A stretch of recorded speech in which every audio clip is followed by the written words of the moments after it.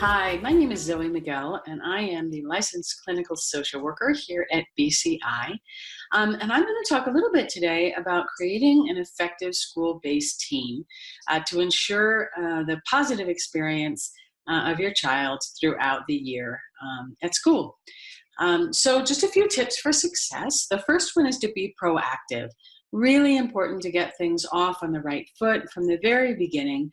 That way, if things come up that are a little bit of concern or you need to talk to the teachers about or your child's related service providers, you already have the relationship, and it's much easier to keep things on track when you've already established the communication and kind of the ongoing agreement of what their services are going to look like throughout the year. One of the things that you can do that will really help is to really be familiar with your child's IEP, to know what the goals are, to know what accommodations need to be in place, and to know exactly what the services are that are being provided for your child throughout the year. And then to know who are the people who are responsible for doing that. Who is the speech and language pathologist? Who is the occupational therapist? Who are all the people that are on your child's team throughout the year to make sure that that IEP is being implemented and your child is able to fully access their educational environment. And knowing who all those people are and having a relationship with them, again, hopefully starting at the beginning of the year can be extremely helpful. Making sure that the team knows your child. Sometimes I recommend to parents that they make a cheat sheet that tells a little bit about the goals that are in that IEP, what accommodations need to be made, what all the service providers are supposed to be doing. And then if there's a behavior intervention plan in place that needs to be noted and implemented, all of those things are really important for the whole team to know about your child. And even sometimes knowing a few personal things about your kiddo can go a long ways. Like, do they have a dog?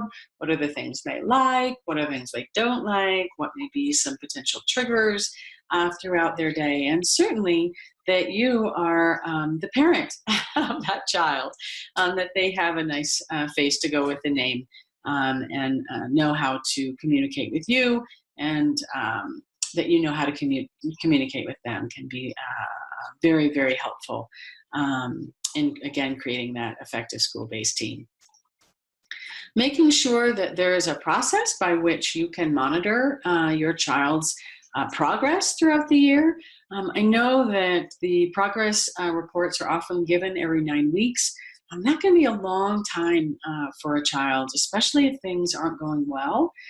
It's hard to catch up that time if you've waited the full 9 weeks. And so I recommend the parent and the school-based team figuring out a way to communicate pretty regularly. Sometimes that's through text, sometimes it's through email, sometimes it's through a notebook. I really recommend that communication is in writing. I think it just avoids any misinterpretation or misunderstanding. And if there is clarity is needed, then you always have something to go back to that's in black and white. And that can be really helpful just in terms of, again, keeping that communication clear amongst everybody.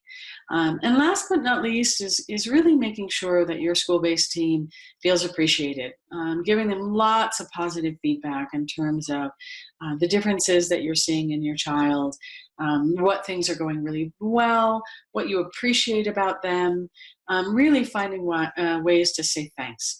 And that helps when things need to be changed or shifted, or there might be some feedback that is a little bit harder to take. That is much more easily accepted if, again, there's that foundation of a positive exchange between yourself and your school-based team. So there is the short version of the tips for success in creating an effective school-based team. If you'd like to know how any of this might apply to your child specifically, please don't hesitate to reach out to your clinician for advice or just to talk about it or see how this may be implemented specifically for your child. And you're always welcome to reach out to me as well. My name is Zoe Miguel, again, a licensed clinical social worker here at BCI. Your supervisor, clinician, will know about me and know how to get in contact with me. And I'd be happy to support you in any way as well. So have a wonderful, productive, successful year.